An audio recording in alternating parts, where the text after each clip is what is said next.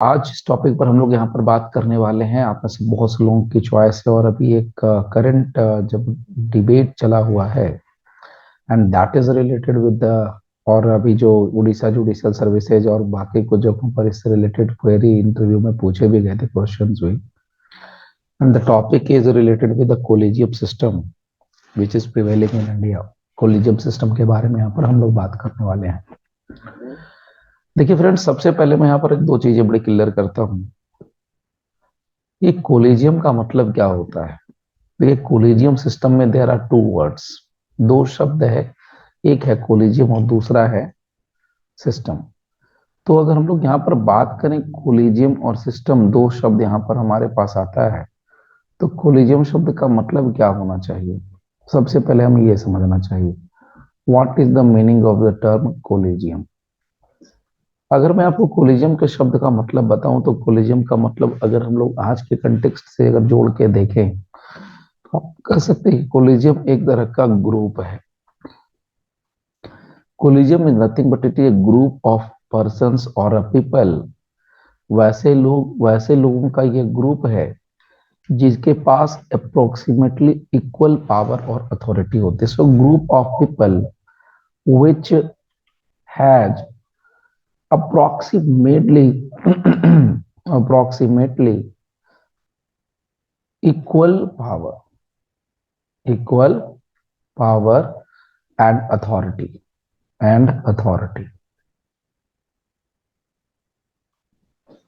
सो collegium शब्द का मतलब यहाँ पर क्या होता है? ग्रुप ऑफ पीपल जिसके पास अप्रोक्सीमेटली इक्वल पावर या इक्वल अथॉरिटी, तो कोलिजियम वर्ड है।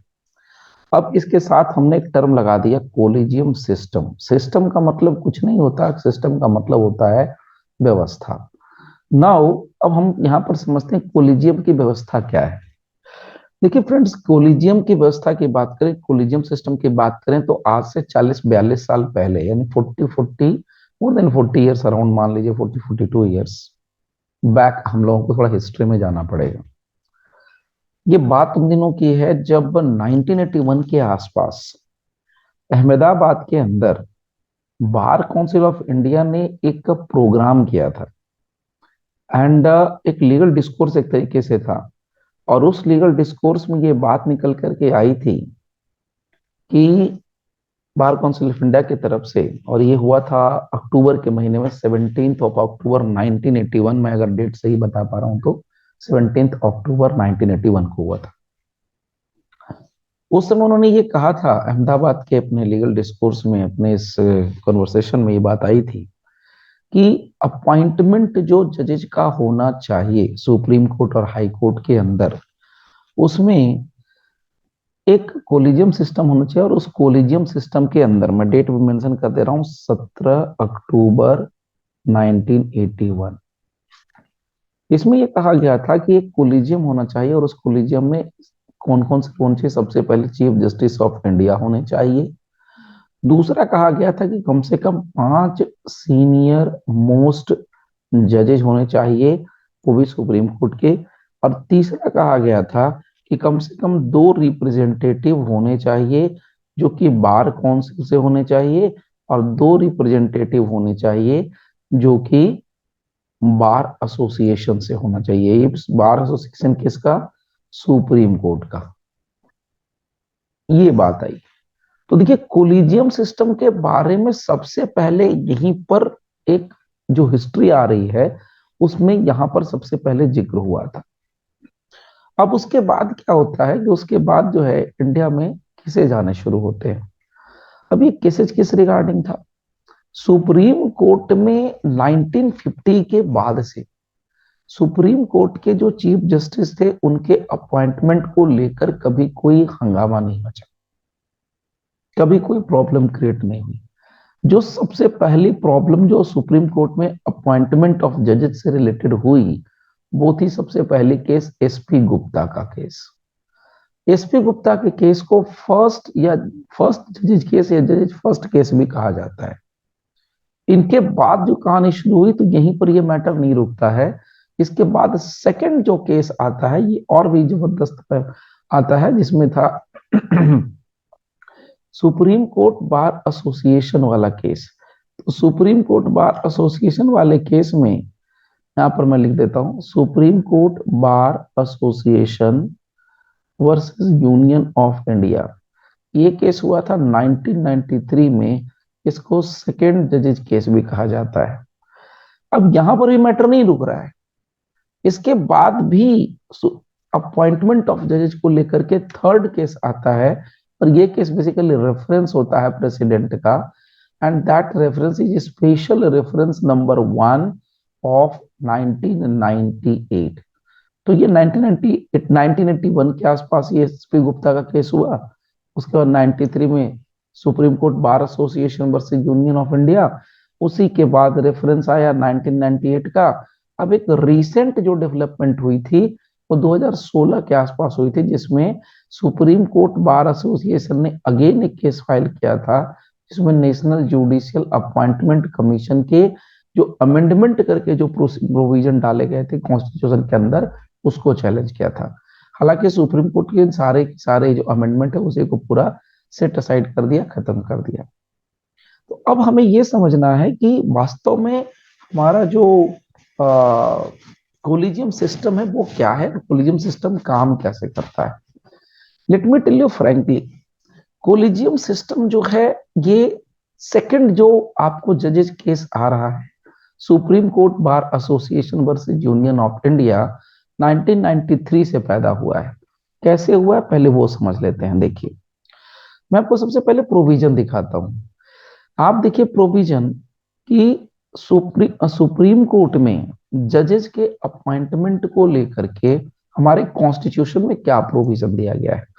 यू कैन सी आर्टिकल 124 है, और आर्टिकल 124 बहुत क्रिस्टल क्लियर कहा गया है। इसके क्लॉज नंबर 2 में देखिए क्या कहा गया है। एवरी जज of the Supreme court shall be appointed by the president. बहुत आराम से समझना, दौड़ने की जरूरत नहीं, भागने की जरूरत नहीं। एवरी जज of the Supreme court shall be appointed by the president by warrant under his hand and seal on the, ये तो हटा दिया गया तो इसको मैं हटा दे रहा हूं, and shall hold office until he attains the age of 65 years। Now अब यहां पर बड़ी इंटरेस्टिंग बात कही गई है, ये जो अमेंडमेंट वाला पार्ट है वो, कि हर एक जज जो सुप्रीम कोर्ट के होंगे वो अपॉइंट किए जाएंगे प्रेसिडेंट के तरफ से। अब मैं आपको एक चीज यहाँ पर शो करता हूँ, उसको जरा ध्यान से समझिएगा। ये जो मैं आपको प्रोविजन दिखा रहा हूँ, ये आपको अमेंडेड प्रोविजन है जो कि अभी के रिसेंट में आ रहा है। पहले क्या प्रोविजन था वो भी आप जरा सा देख सकते हैं इसके प्रोविजंस। देखिए यहाँ पर था, after consultation with such of the जजेस of the Supreme Court and of the high Court in the states as the president may deem necessary for the purposes WEF 13/4/2015। अब ये वाला पार्ट हटा करके अब ये वाला पार्ट रख दिया गया, यही पार्ट अब आया। तो ये देखिए, this amendment has been struck down by the Supreme Court in the case of so and so Supreme Court Advocate on Record Association and another versus Union of India in its judgment dated 16/10/2015 या 2016। So what is the current scenario. अगर आज आपसे ये पूछा जाता है interview में कि भाई सुप्रीम कोर्ट के जजेज का अपॉइंटमेंट कैसे होता है, तो दिमाग में बिल्कुल फिक्स कर लीजिए कि सुप्रीम कोर्ट के जजेज का अपॉइंटमेंट कोलिजियम सिस्टम के थ्रू होता है। बिकॉज जो नेशनल जुडिशियल अपॉइंटमेंट कमीशन का जो अमेंडमेंट हुआ था, उस अमेंडमेंट को सुप्रीम कोर्ट ने स्ट्रक डाउन कर दिया है, खत्म कर दिया है। तो पहले जो सिस्टम चला आ रहा था वही सिस्टम चलेगा, और उस सिस्टम के हिसाब से बहुत क्लियर बात कही गई कि after consultation with such of the जजेस ऑफ द सुप्रीम कोर्ट, यानी अगर अपॉइंटमेंट करना है तो आपको सुप्रीम कोर्ट के जजेज का कंसल्टेशन लेना पड़ेगा, as well as the high court का जो है कंसल्टेशन लेना पड़ेगा। अब यहां पर आइए, बड़ी एक इंटरेस्टिंग चीज मैं आपको शेयर कर रहा हूं। यहां पर क्या लिखा गया है, आफ्टर द कंसल्टेशन। यहां पर एक वर्ड है आफ्टर द कंसल्टेशन। तो कंसल्टेशन शब्द यहां पर था पहले, उसको बीच में हटा दिया गया, अब फिर से वापस कंसल्टेशन आ गया। तो बड़ा क्रिस्टल क्लियर मैसेज है कि जब कभी भी सुप्रीम कोर्ट में जजेज के अपॉइंटमेंट की बात आएगी तो प्रेसिडेंट कंसल्ट करेंगे सुप्रीम कोर्ट में, और उसके वह हाई कोर्ट के जजेस से कंसल्ट करेंगे, और कंसल्ट करने के बाद ही प्रेसिडेंट जो है वो अपॉइंटमेंट करेंगे। एक और चीज मैं यहाँ पर बता दे रहा हूँ, प्रेसिडेंट जो जजेज का अपॉइंटमेंट करते हैं ये प्रेसिडेंट का एग्जीक्यूटिव पावर होता है। ओके, ये प्रेसिडेंट का एग्जीक्यूटिव पावर के अंदर आता है। सो प्रेसिडेंट अब इसमें अपॉइंटमेंट करेंगे।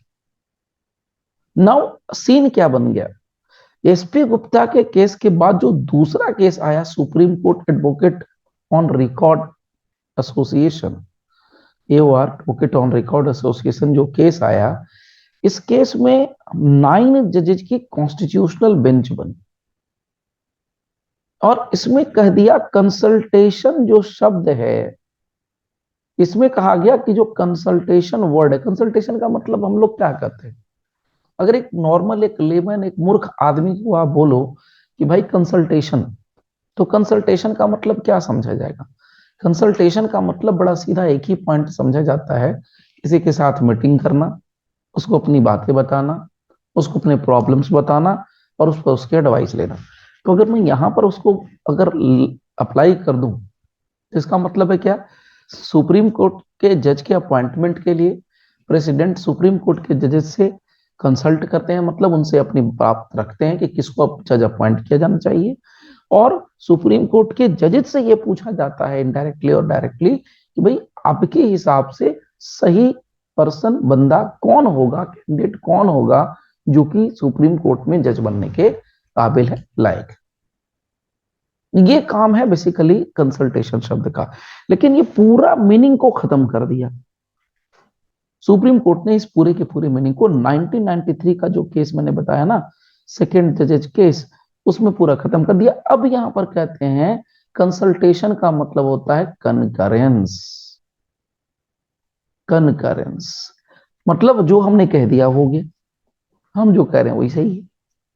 तो कनकरेंस में अब क्या सीन बना, अब जरा समझिए दो चीजें। अब आज के डेट में अगर हम बात करें तो कोलिजियम को अगर मैं, अगर इसका कोई ऐसे टाइप्स तो नहीं है, लेकिन मैं इसको टाइप के हिसाब से अगर बांट दूं, तो इसके टाइप के हिसाब से अगर बांटना चाहें तो आप दो हिस्सों में बांट सकते हैं, एक सुप्रीम कोर्ट का कोलेजियम, एक हाई कोर्ट का collegium. As far as supreme court के कोलेजियम की अगर हम बात करेंगे तो सुप्रीम कोर्ट के कोलेजियम में एक चीफ जस्टिस ऑफ इंडिया होते हैं, और दूसरा इधर पर 4 जजेज होते हैं, सीनियर मोस्ट जजेज होते हैं, और इन 4 सीनियर मोस्ट जजेज के अंदर एक वो जज होंगे जो कि नेक्स्ट सीजीआई बनने वाले होंगे। तो ये यहां पर सुप्रीम कोर्ट के कोलेजियम हो गया।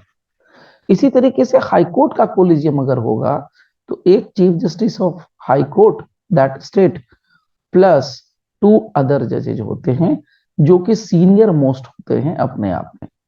इस तरीके से हाई कोर्ट और सुप्रीम कोर्ट का कोलेजियम बनता है।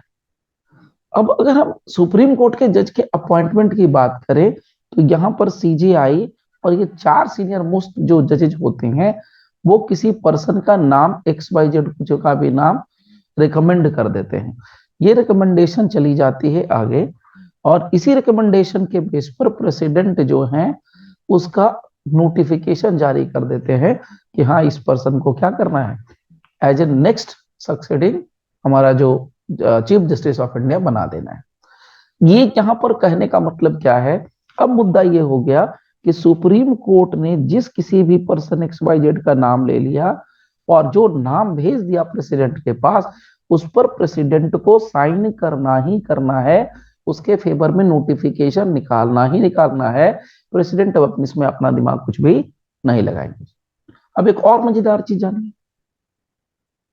मजेदार चीज क्या है कि प्रेसिडेंट इसके ऊपर अप्रूवल, अब तक जो ट्रेंड आ रहा है 1993 के बाद से वो करते आ रहे करते आ रहे करते आ रहे, और अभी जो रिसेंट में जो 50th हमारे चीफ जस्टिस ऑफ इंडिया बने ऑनरेबल जस्टिस चंद्रचूड़ साहब, तो वो भी इसी प्रोसेस के हिस्से से बने।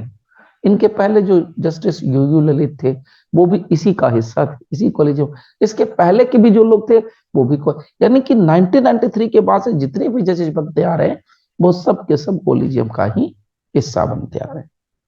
अब यहाँ पर आप लोग एज ए स्टूडेंट सोच सकते हैं कि हाँ ये कॉलेजियम सिस्टम सही है नहीं है, ये आप अपनी ओपिनियन यहाँ पर रख सकते हैं। नाउ अब जरा चलिए एक नेक्स्ट पार्ट आपको यहाँ पर साथ के साथ शेयर कर देता हूँ। इस कोलिजियम सिस्टम के ऊपर बहुत बार इसके अगेंस्ट में आवाज उठ चुकी है। इस कोलिजियम सिस्टम को हटाने के लिए बहुत बार आवाज उठी और इसमें भी रिसेंटली जो लॉ मिनिस्टर हैं किरण रिजिजू साहब, उन्होंने भी बात की। और बहुत से लोगों का यह कहना है कि जो कोलिजियम सिस्टम है ये ट्रांसपेरेंट नहीं है, ओपेक है, अपारदर्शी है, पब्लिक को पता ही नहीं चलता क्या होता है। जब 4 से 5 लोग बैठते हैं कमरे में, मीटिंग होती है और उन्होंने क्या कर दिया, चीफ जस्टिस ऑफ इंडिया का डिसाइड कर दिया। ये चीफ जस्टिस ऑफ इंडिया बहुत एक रिस्पॉन्सिबल और रिस्पॉन्सिबिलिटी वाला पोस्ट होता है। इससे पूरे देश के लोगों के ऊपर, पूरे देश के लोग इसके ऊपर क्या होते हैं, डिपेंड होते हैं इनके जजमेंट्स के ऊपर। इनके ऑर्डर जजमेंट बाइंडिंग होते हैं पूरे हिंदुस्तान के ऊपर। तो इतने रिस्पॉन्सिबल आंसरेबल पोस्ट के लिए अगर किसी पर्सन का सिलेक्शन किया जाता है या इलेक्शन किया जाता है, वॉट एवर इट में भी, कुछ भी हो, सिलेक्शन हो इलेक्शन हो, that must be in A transparent manner. इसका मतलब क्या है कि डिमेरिट्स इसमें यही कहा गया कि there is no guidelines of appointment, and the next जो डिमेरिट बताया जाता है कि नो ट्रांसपेरेंट प्रोसीजर।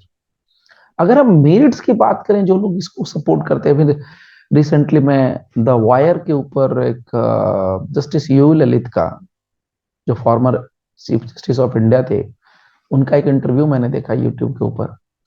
वो करण थापर साहब ले रहे थे उनका इंटरव्यू। उन्होंने भी सपोर्ट किया, इस बात को सपोर्ट किया कि नहीं, जो पहले से ट्रेंड चलता आ रहा है ना कोलिजियम सिस्टम का, वो सही है। उसके पीछे तर्क क्या आता है, उसके पीछे तर्क आता है, उसके पीछे लॉजिक आता है। किस चीज का लॉजिक आता है? इंडिपेंडेंस ऑफ जुडिशरी का, कि जुडिशरी को इंडिपेंडेंट होना चाहिए। नाउ आप लोग क्या सोचते हैं, क्या समझते हैं? Law student, as a law field से जुड़े हुए लोगों का व्यू आप लोग कमेंट बॉक्स में डाके डालिए। बताइए कि क्या इंडिपेंडेंस ऑफ जुडिशरी के पॉइंट पर या इसके नाम पर क्या कोलिजियम सिस्टम को कंटिन्यू करना चाहिए? आपके अपने व्यू हो सकते हैं। मैंने जो यहाँ पर बताया, जो रिसेंट डेवलपमेंट हुई, वो जो लीगल प्रोविजन है उसके बारे में हम लोगों ने यहाँ पर बात करी। फिलहाल अभी के लिए आज यहीं पर स्टॉप करते हैं, और जिन लोगों को भी अगर क्लासेस के बारे में कुछ जानना है तो व्हाट्सएप कर सकते हैं, डिस्क्रिप्शन में नंबर दिया हुआ है, वहां पर जाके बात कर सकते हैं, वहां पर मैसेज कर सकते हैं। अगर आपको लगता है कि ये आपके लिए बेनिफिशियल है किसी पॉइंट से, तो आप इसको लाइक करो, शेयर करो और कमेंट करो। फिलहाल अभी के लिए थैंक यू वेरी मच। जय हिंद फ्रेंड्स।